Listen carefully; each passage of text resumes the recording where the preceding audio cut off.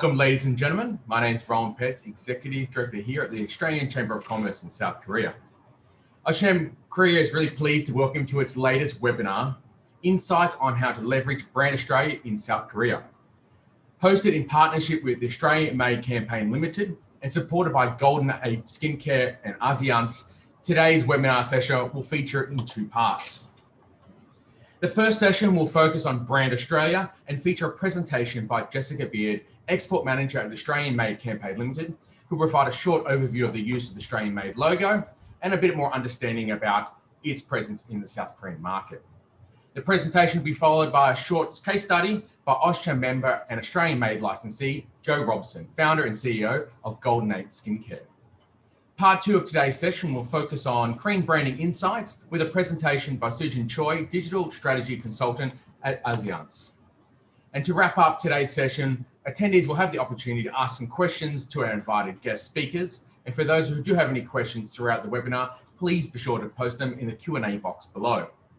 As to begin today's session and gain a little bit more insight about the successful branding of the Australian Made logo, may I now introduce Jessica Beard from the Australian Made Campaign Limited. Jessica, welcome and thank you very much. Thanks, Rowan, and hi everyone. I'll just quickly share my screen.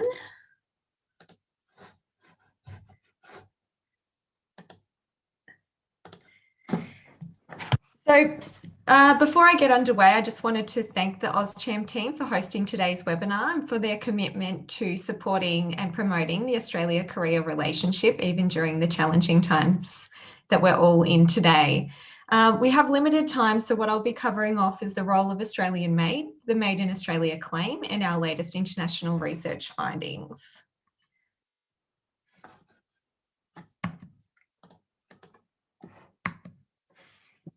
So as you can see on the slide, Australian Made is a not-for-profit whose role is to license companies to use the Australian Made, Australian Grown logo and promote the logo.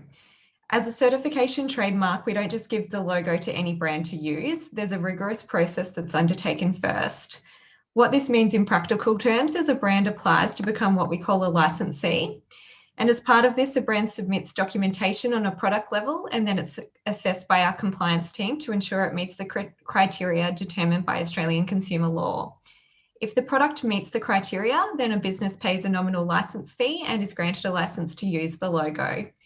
If all of the brand's products are certified, then the logo can be used more broadly in the brand's marketing. But if one of multiple products is certified, for example, if one SKU is imported and another is Australian made, then it can only be used at a product level as to not mislead consumers. An important thing to note is Australian Made is not a government body and doesn't receive government funding for its core operations. The exception is for export, where we received a federal government grant to increase the profile and awareness of the logo, as well as undertake a range of enforcement activities to further protect the logo. If you want to hear more about this and what we've been doing in this space, then please reach out. So a bit about the logo. Most of us know the Australian Made logo, especially in Australia. It's a highly recognisable and trusted trademark underpinned by a third-party accreditation system to ensure products carrying the logo are authentically Australian. For more than 35 years, the logo has helped thousands of brands communicate their Australian credentials to consumers, businesses, and all levels of government. It does this instantly and clearly, making it a powerful sales and marketing asset for Australian brands and a helpful shopping aid for consumers. The logo is also a registered trademark in China, the European Union, Hong Kong, India, Malaysia, Singapore, South Korea, Taiwan, the United Arab Emirates, United Kingdom, United States, and Vietnam, and the legal process is underway in additional countries as well. Having a solid legal framework is really important as it allows for greater protection of the logo and by extension, the brands that carry it. So what we get asked all the time, and what I'm sure a lot of you are interested in is the Made in Australia claim and what constitutes it. Well, the answer kind of depends, as it's set by Australian consumer law. Essentially, a good may state that it was made in a particular country if the business can demonstrate that it underwent its last substantial transformation in the country claimed. There's a simple test, which is pretty much It must be grown in or produced in that country, or as a result of processing in that country, the goods must be fundamentally different in nature from all of their imported ingredients or components.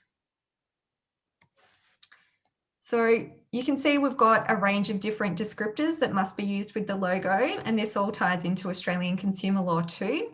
So for Australian made, it means the product has undergone its last substantial transformation in Australia. For Australian grown, product of Australia, and Australian seafood, it means that all of the product's significant ingredients have been grown or come from Australia, and all or nearly all of the manufacturing or processing has been carried out in Australia.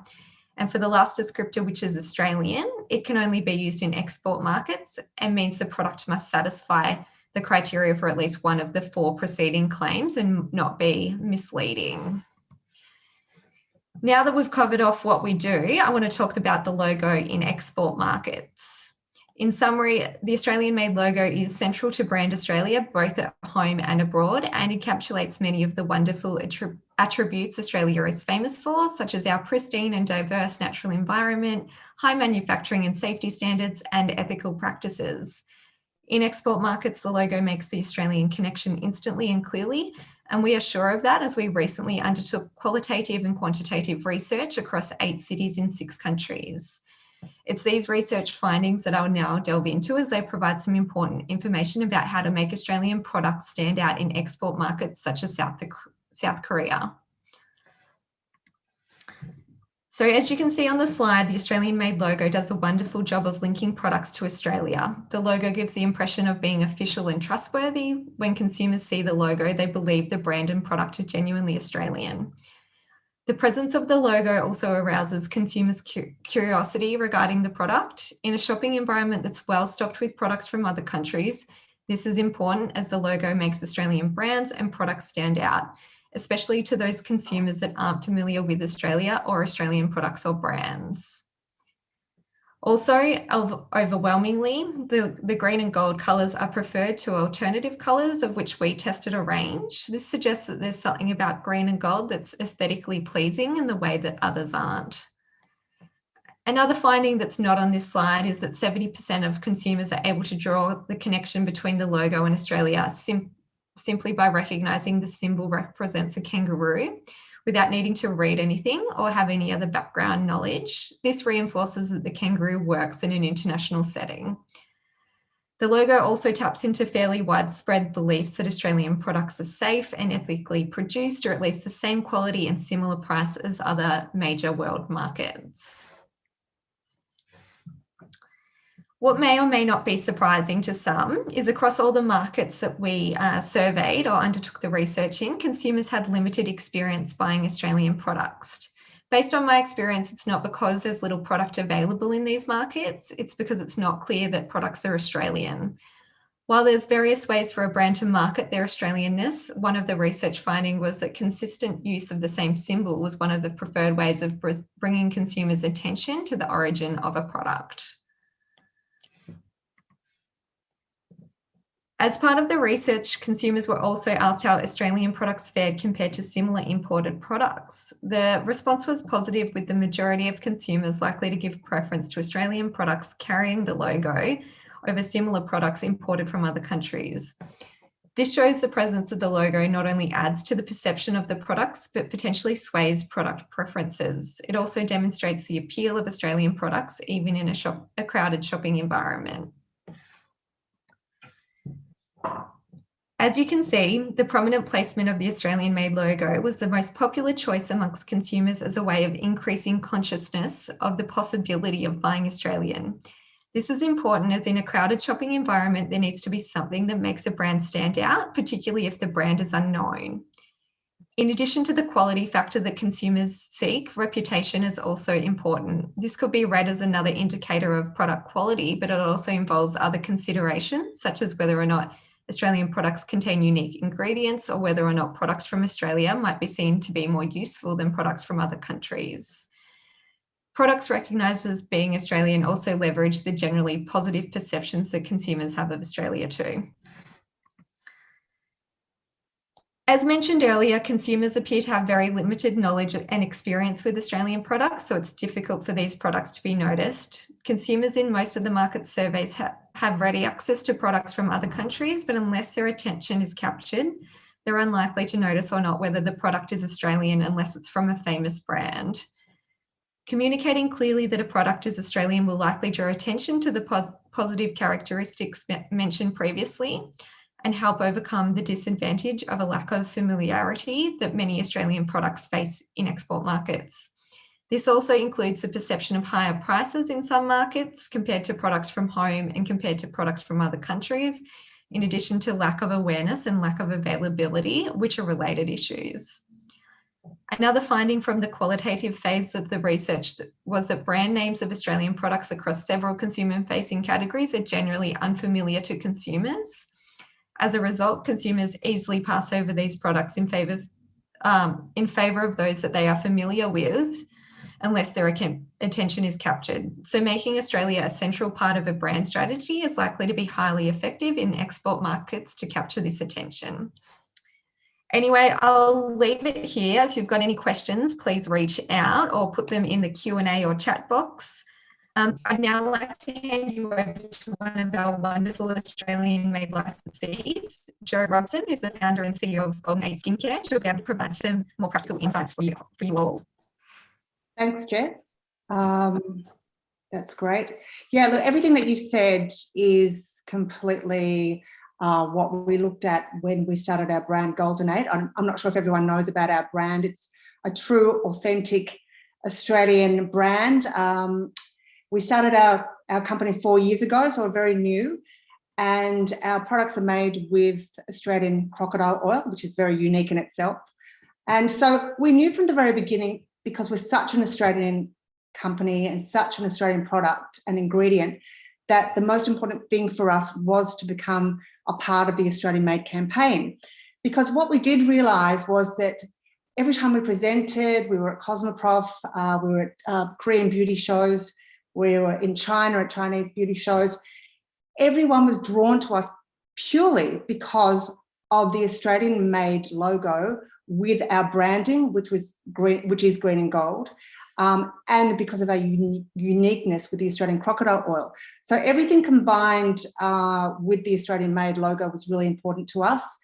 I think that really helped us in exporting, that really helped us in getting distributors, because at that time and even now, Australian products are seen as clean and green, and particularly in the beauty industry, that we have a safe environment, that our manufacturing is top class, that our farming practices are the best in the world, and that we have a unique array of flora and fauna that we use. So we're seen as pristine, we're seen as reliable, we're seen as safe, and we're seen as trustworthy. And to get that message across to our consumers, particularly overseas in exporting, is purely with the Australian Made logo that identifies us as being true, trustworthy, and authentic. So that really helped us in our markets. We're still getting into markets in Asia and in the UAE, which are also really important to us with the Australian Made logo. They come to us and they recognise that. And as I said, it's a really trustworthy thing for us to be involved with.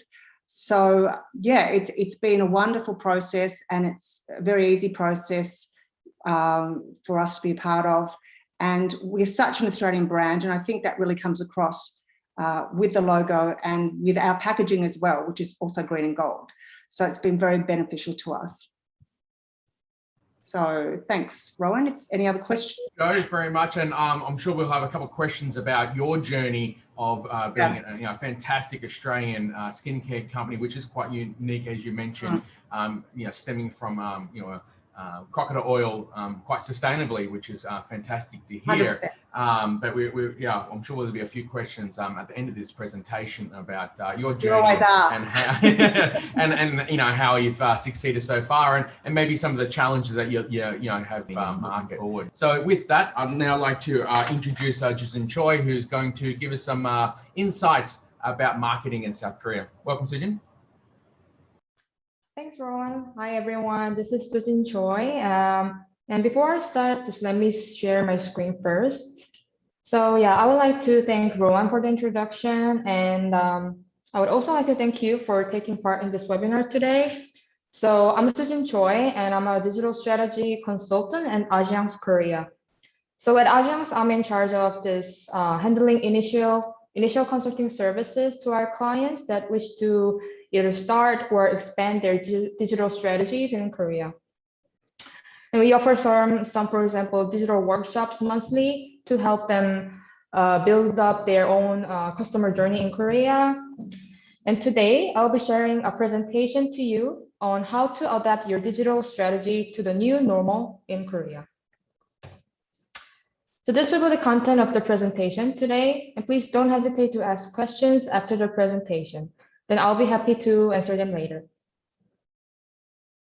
All right, so since we've already lived in this pandemic world for more than a year, there are other changes from the early days of Corona outbreak.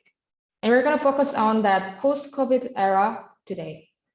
So as the number of confirmed cases of Corona began to soar in the mid-November last year, the third wave began in Korea. And in early December last year, the third wave began in earnest, with the number of confirmed cases entering the 600 range again in about 9 months. And as winter passes, the current trend is slowing down for a while, but the third wave is still continuing with an average of 400 per day. As spring begins, people try to enjoy outdoor activities more, and as vaccination begins, social distancing has become loose these days. And Korea is currently implementing the vaccination of Corona according to priorities and aims to vaccinate the entire nation by the end of this year. So this graph illustrates how the COVID-19 crisis in Korea differs from other countries. Korea is currently activating social distancing and at the same time fully adapting to the new normal. Then why is digital marketing in Korea a major opportunity more than ever now? We can take 3 main points. First off, Koreans are very interested in global brands and new services. And regarding that, Koreans are also quick to grasp trends. Especially after the pandemic, every age group adapted to the social media platforms and online shopping. And this accelerated the digital trends such as meme culture and so on. So there have been a lot of digital marketing activities based on this consumer behavior. Also, being interested in identifying trends means that Koreans' interests are diversifying.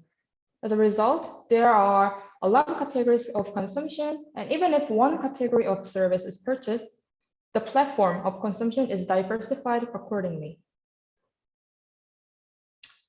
Well, the internet, but also the smartphone penetration rate, especially in mobile, is very high in Korea at over 97%. Digital literacy is also high, with an average of 5 hours spent on the smartphone daily.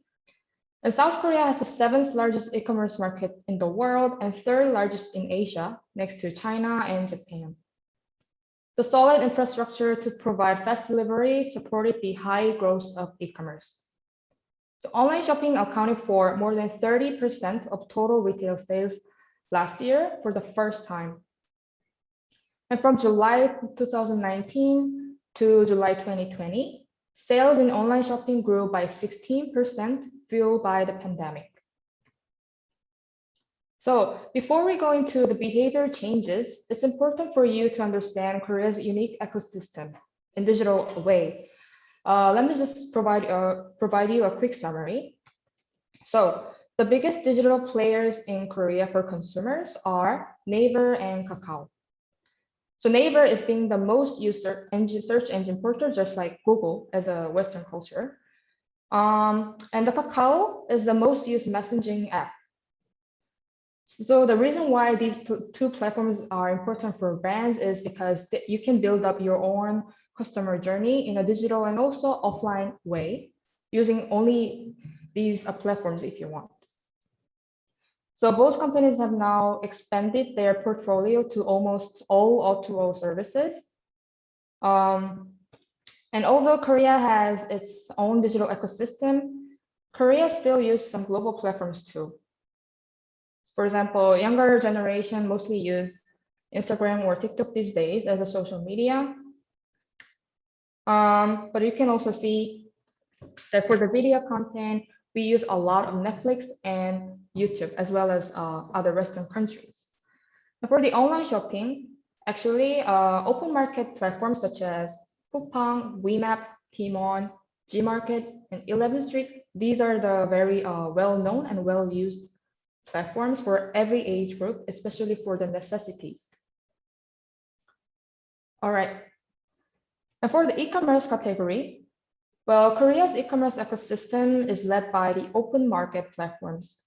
So the e-commerce category in Korea can be largely divided depending on the number of product categories covered, which are open market and integrated mall and vertical malls. Also, brands can consider to operate their own e-commerce platforms. So an integrated mall is defined as a platform operated by sourcing a lot of kinds of goods, not just only for the one specific category. There are about 5 categories of integrated mall, such as open market, like Coupang, or department store online mall, home shopping online mall, duty-free, and even cross-border platforms. However, a vertical mall focuses on the specific category, such as Mujinsa for fashion, Market Curly for food, especially fresh food, Olivion for the beauty. So actually, Olivion is a H&B drugstore in Korea, and it's owned by the big corporation in Korea called CJ. So that means that they have online malls as well as offline stores. And also, yeah, brands can also build up their brand-owned e-commerce platform as well. And you should know that there are a lot of legal compliances before launching your own platforms. So then let's check out some changes in customer behavior. So actually, we identified 3 key trends that grew during the pandemic. These mainly form the customer behavior of Koreans, and we're going to look at them more in detail right now. First off, Untitled. So the pandemic further accelerated the familiarization of Koreans with Untitled services. So Untitled can be in the form as shown in the picture, for example, unmanned stores, self-checkout, pickup, and delivery. But also online, we saw more Untitled services, which are chatbots, one-click order, anything that reduces human interaction even in the virtual world. And the home economy trend is closely related to the Honjok shift, which refers to the societal shift to a single household. So in this picture, you can see an example from Setak to Pungbaek. So this brand pick up your clothes and then they bring it back to you dry cleaned without ever having to meet. And since the pandemic, their user base doubled. And of course, food is also more consumed at home. In addition, we observed an increased focus to closer local proximities, such as local surroundings, and more dedication to home spaces. And then Flex Saringobi trend evolved during this pandemic too. So consumers tend to spend more on exclusive and luxury items while they are saving for necessities. Hobok sobi, as known as revenge spending, has also been mentioned along with this trend too. So it means impulsive bulk spending caused by the frustration during the pandemic. In response to that, many luxury brands also increased their prices since Koreans are very into luxury products while they are saving for the necessities, surprisingly. All right, then let's look at the overview of trends and changes in specific industries from now on. For the fashion and beauty, there was a significant decrease in sales from offline retail. But however, in December 2020, online clothing shopping transactions amounted to about 2 trillion Korean won, up 8% year on year. And according to Olivion, one of the key beauty platforms in Korea, overall sales increased 55% year on year as a result of the sales event that took place in March this year. In addition, it is predicted that spending on color cosmetics such as lipstick or eyeshadows will increase as expectations for the end of COVID-19 with vaccination grow from this year. As some of you might know, fashion retailers like Zara decided to close all offline stores to focus on online sales. And local brands such as Basic House decided to take this opportunity to do so as well. But also on a deeper level, within the fashion and beauty category, did we observe that the demand for specific product categories changed a lot, even for sales online. For example, whereas sales of cosmetics decreased last year, but skincare products and perfume saw a lot of increase in Korea. Also, the cosmetics industry has fully adapted to the non-face-to-face industry, starting to provide delivery services since last year. Also, since the pandemic, a lot of hobby-related activities have moved to home spaces. This is because fear and frustration of the corona make Koreans more aware of mental and physical well-being. So today's workout and 1-minute workout, these kind of hashtags on social media are on the rise these days, especially for the MZ generation. Also, people enjoy outdoor activities as well as indoor ones, such as 차박 camping, as you can see on the presentation. So it means sleeping in a car while going on camping. So more people are starting to stay in their cars while camping, and more young people enjoy hiking and sharing their own experience on their social media. This represents that more and more consumers would like to enjoy outdoor activities, even in the pandemic world, healthier and more entertaining.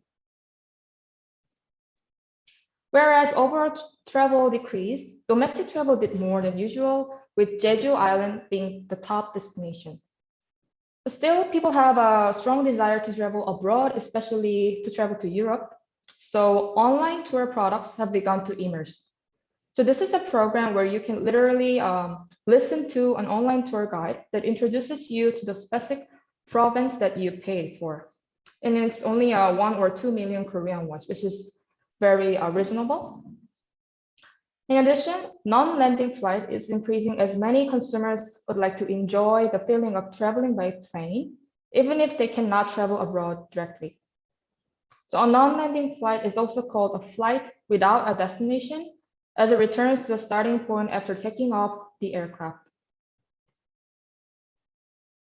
The gaming industry enjoyed a momentum during the peak, with a 9.2% rise in the game industry last year compared to 2019. Also, it's expected to see a rise of 7.4% of sales this year. Besides, the OTT industry also saw many new subscribers and increase in sales. Sales in the OTT industry are expected to increase by about 15% this year. And among the OTT platforms, Netflix has by far the largest number of users and sales so far. While OTT and home entertainment rose, cinema, exhibitions, and theater visits decreased. Compared to sales in 2019, theater sales fell 70% in 2020. And this meant that the culture and entertainment industry had to find ways to shift the experience to online. So K-pop concerts held by Big Hit Entertainment were very successful in delivering engaging online concerts, with BTS Map of the Soul 1 gaining 1 million audiences for 2 days. So they provided a lot of attractions through production using advanced technologies such as AR and XR. And in addition, Jeonju International Film Festival was held via the local OTT service called Wave this May. So this Jeonju International Film Festival's online screenings could be viewed through the Wave website and the mobile app. And its special page is also set up on the website for easier access to the audiences. All right, so during the crisis, brands responded in 3 different ways. Whereas many brands reacted more to the temporary circumstances last year, every brand should explore adapting to what is expected to be the new normal as a long-term strategy. And to achieve this, brands should localize their strategies. Then let's look at the Aesop's case as a successful reference for you. And for your information, Aesop, the skincare brand, originated from Australia and also one of our clients, is working on digital localization in each stage of the customer journey in Korea. So for the brand awareness, ASOP is focusing on Kakao ads, as you can see on the left side. So also they are initiating Naver and Tom brand search for their findability. So this is a search type advertising product that can expose a lot of images related to the brand when the brand name is searched on Naver or even Tom. Since Naver is Korea's #1 search portal, just like Google, it's effective for imprinting the brand image. Tom is also one of our local search engine platforms, but compared to Naver, its usage rate is quite low. And for the reputation part, ASOP is actually running their own brand website, which is totally localized. So not just only for the translation into Korean, but also their content itself on their brand website is very localized. Also, there are a lot of consumers uploading their contents of ASOP on the Naver blogs, including influencers. So Naver blog is just one of the functions from the Naver. And actually, Korean consumers value a lot on the reviews before they purchase something. So since Naver is a search engine platform, if they search for a certain product and then if they can see a lot of reasonable and good reviews about the certain product or brand, it can be very effective for your brand image, and also it can be, leading to your conversion eventually. And also, ASOP has their own KakaoTalk channel.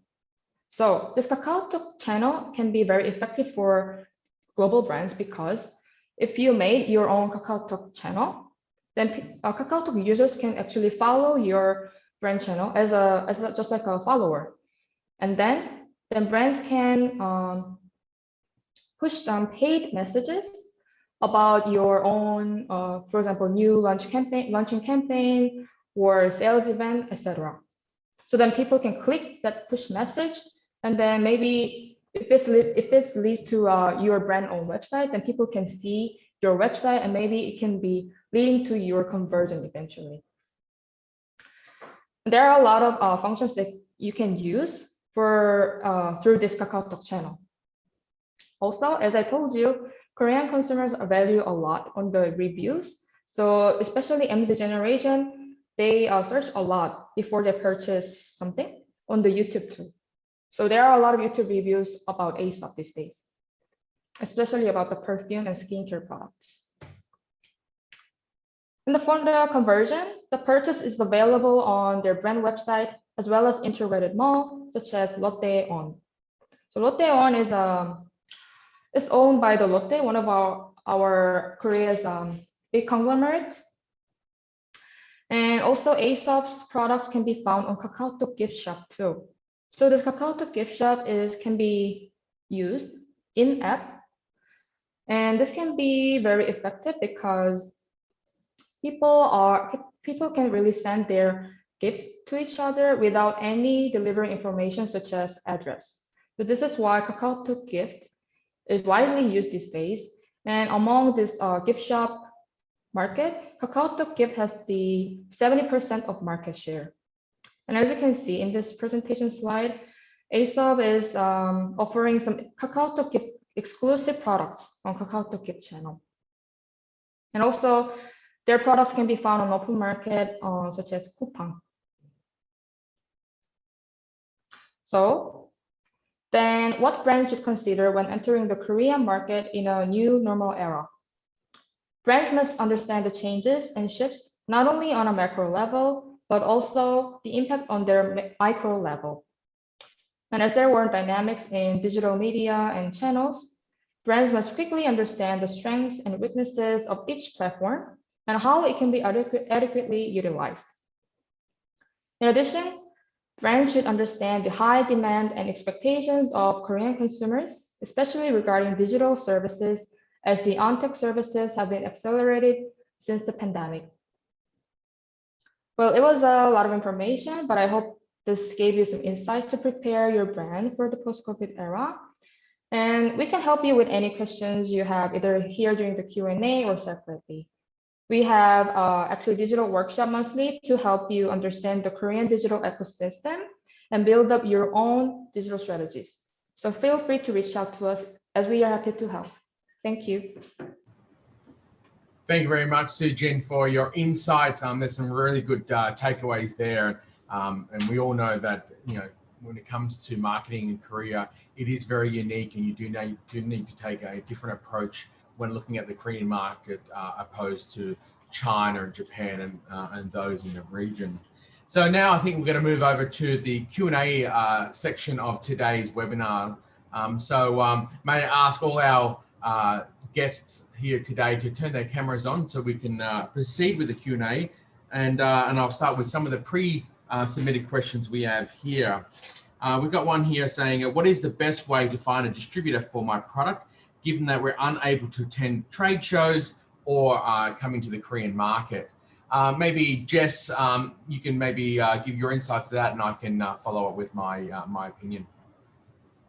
Yeah, definitely. So I think that's a really good question and very relevant and topical at this point in time, given travel isn't possible. But what I would really encourage brands to do is to reach out to the AustTrade international offices. They also have some representation here in Australia that can help build those connections. Otherwise, a lot of the different state governments also have some international trade teams that also have some great contacts as well. So I think utilising those government resources where their role purely is to assist Australian businesses access export opportunities is the first step. Yeah, completely agree. And we did get quite a few questions here I see in the chat room, and also submitted prior to the webinar asking about some market entry advice. And I think the best step here is you can either contact AustCham directly, and we'll have our details sent out to those who are attending today, but also to reach out to AustTrade. There is a fantastic AustTrade team here based in Seoul. But not only that, AustCham Korea, who represents roughly 260 members in the Korean market. And as a non-profit, our role is about connecting Australian businesses with the right people in the market. And we have been working with a couple distributors, or at least companies that can provide information to finding the right distributor. So I think, please be sure to reach out if you do have any questions about market entry, because it is quite a complicated one. Now, a question might be for Asiance or anyone here, is how do South Koreans perceive Australia at the moment when it comes to either F&B or skincare? So for right now, well, as I told you during the presentation, well, Australia as a one of our Western country, people really think that global brands and their new services can be really positive, and so there's no really like negative feedback or opinion from our side. And also these days, well, Coca, one of your animals, right? It's really popular these days in Korea. So in offline and also online, there are a lot of goods about Coca and other national animals from your side. For example, for the iPhone phone case, or even like wallet and everything. So overall, the image of Australia itself is really positive, and there are a lot of potential. I think I agree with your sentiments there. Thankfully, a lot of our organizations have been working hard behind the scenes in South Korea for many years to promote Australia as a clean and green and a safe place, not only to travel and to learn, but as a premium place to buy products from. And that stems right through to food and beverages, but also as such as skincare products. I mentioned in your case study with Aesop. I mean, they're a really large and prominent player in the Korean market who's got a fantastic representation for being a premium product. And I think that's where our Koreans really resonate with those premium products. Korea is a very sophisticated market, and we do see that Koreans are willing to spend more money for premium products in the market. Joe, I know you've been working in the skincare industry for quite a while, and you are looking for the Korean market, towards the Korean market. What are your sort of insights that you've been seeing that maybe differ between some of the other markets you're in at the moment? Well, I think the Korean market, particularly in skincare, is at the forefront of everything. So in regards to our brand, which is, as I said, made with crocodile oil, it was really vitally important to us that we got the message across that not only are we Australian, not only are we part of the Australian Made campaign, but our product is sustainable. It's part of a best incentive conservation program in the world. It supports Indigenous communities. It's a pure product that's been used for centuries by Indigenous communities. So we, I think, are quite fortunate in the perspective that we have a very unique ingredient because there's so many products on the market. To get through that sort of wall, because it is a wall, you need to have something unique. And that's why I think the Australian Made logo is so vital for any new company that wants to get into an Asian market, is that it already dictates to the consumer and to the distributor that we are safe, that we are clean, that we have certain safety standards, and that we are authentic. So to our brand, that was vitally important from day one to have that.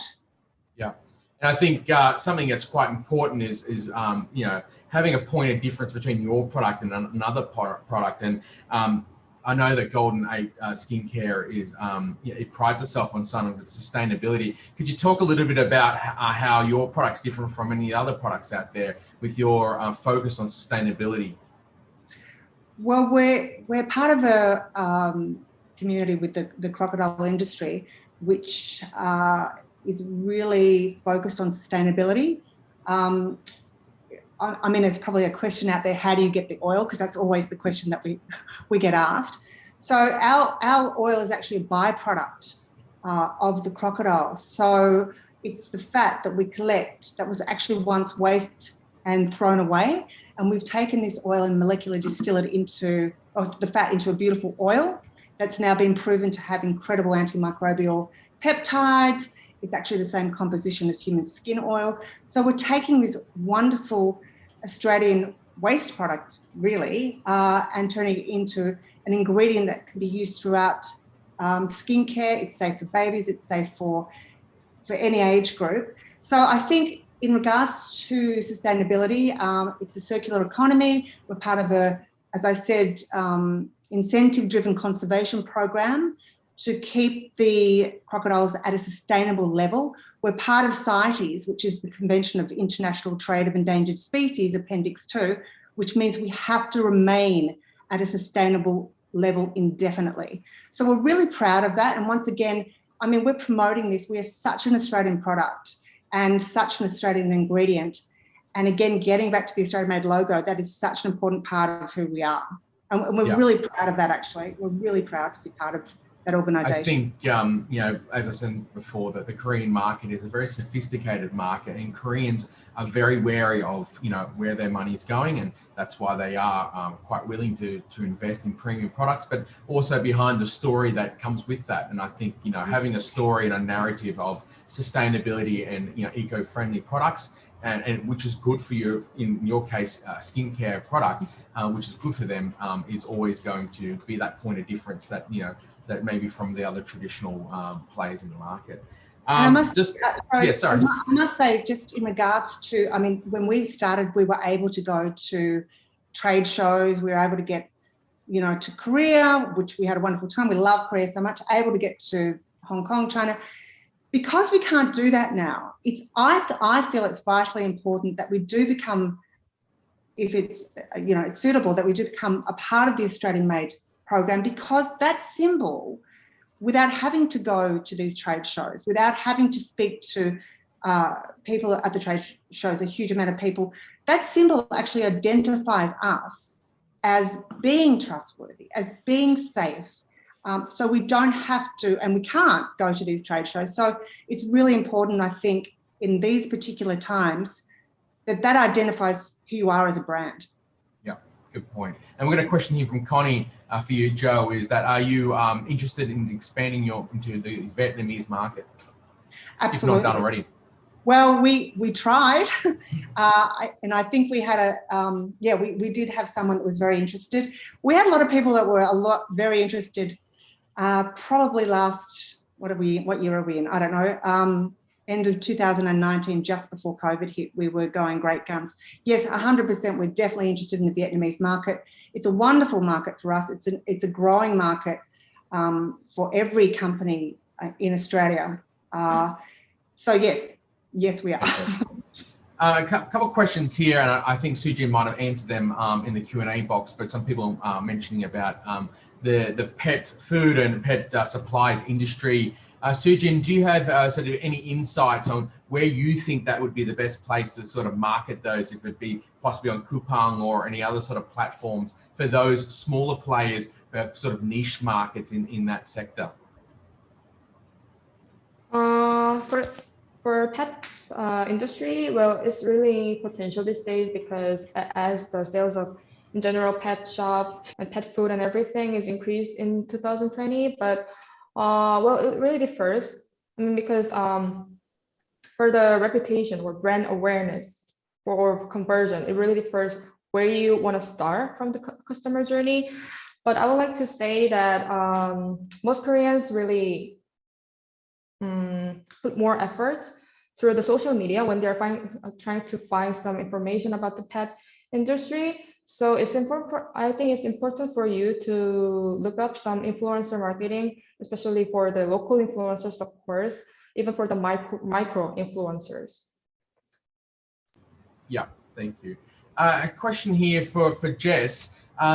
What sort of industries or products are primarily sort of I guess, focused with Australian Made Campaign Limited? Is there sort of industries that you sort of excel at, or are you sort of covering the broad range of goods and services coming out of Australia? Yeah, sure. Great question. So Australian Made, we certify all classes of goods, not services at all. So there's definitely different sectors that have a stronger export focus than others, but we've got about 4,000 licensees that cover all categories of goods. So we encourage and would love as many Australian businesses that are, manufacture or grow Australian products to get involved. Fantastic. And I just got another question here from Joe Murphy. Being an Australian manufacturer who isn't selling to any Asian countries at the moment, what is the very first step, I guess, when it is coming to contact Australian Made, and what is maybe the process stemming from that for those looking to have the Australian Made logo featured on their products? Yeah, sure. So the Australian Made logo, once you've got a license to use it, you can use it domestically and in export markets. So there's no restrictions. Sorry, my internet's unstable. There's no restrictions around use, but essentially what you need to do is go to our website and you can look at our code of practice and the Australian consumer law, which contains all the information around the criteria of that you'll be assessed against. Then you complete your online application, which is assessed by the compliance team, and they'll give you a call if they've got any questions and make sure that it does meet all of that criteria. And then you'll pay a license fee, and then you're able to use the logo in association with that product. The process is pretty straightforward. We have a really great compliance team. We also have a couple of sales managers that are available to kind of talk through any questions that you might have before you apply. I'm very happy to also take any questions offline around about the logo and the process if you're after further information. Fantastic. And it looks like we've got a lot of interest on manufacturers and companies looking to break into the Korean market, which is fantastic. As I said before, if you do have any questions regards to entering the Korean market, be that on IP or registration or certification, please be sure to send us a message. We'd be more than happy to connect you to the right people, be that at either Austrade or some of our consulting companies who are more than happy to provide some free advice on that. There's a question regarding Australian honey. I'm not too sure about Australian honey, but I'm sure I can follow up to see if that is in the Korean market. And there's one about the perception of vitamins and mineral supplements in Korea. I do know that Blackmores, who's an AustCham member here, is in the Korean market, but I know that is a very difficult market to be in. That's mostly due to the regulations of the certification of products. But once again, if you are a vitamin or supplement manufacturer or distributor and looking into the Korean market, I do welcome you to reach out to myself or my team, and we'll be sure to follow up that for you. Going forth, I'm just trying to see if we've got any other questions before we wrap up today's session. And it looks like we're just about on time. It looks like that is about it. So once again, I just want to thank everyone who did attend today's session. Hopefully you get a little bit of insights, a little bit about Australian Made, but also about what Asiance is doing and how they can assist you in your journey into the Korean market. So thank you very much to Jessica from the Australian Made Campaign Limited, Joe from Golden 8 Skincare, and also Sujin from Asiance. We do appreciate your time and your insights into branding Australia and market insights into marketing into the Korean market. And I thank our attendees for joining us today. Please be in contact if you have any further questions, and I look forward to speaking to you soon. Thank you very much.